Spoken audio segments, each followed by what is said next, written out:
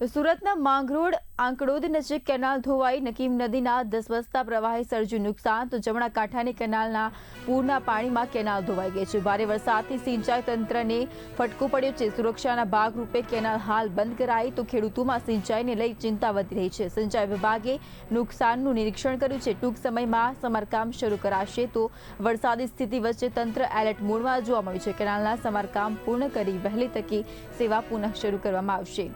તો ખેડૂતોમાં સિંચાઈને લઈને ચિંતા વધી છે. કેનાલ તૂટી પડતા ખેડૂતોમાં ચિંતા વધતી જોવા મળી છે. સિંચાઈ વિભાગે નિરીક્ષણ કર્યું છે અને વહેલી તકે કેનાલ પુનઃ શરૂ કરવામાં આવશે.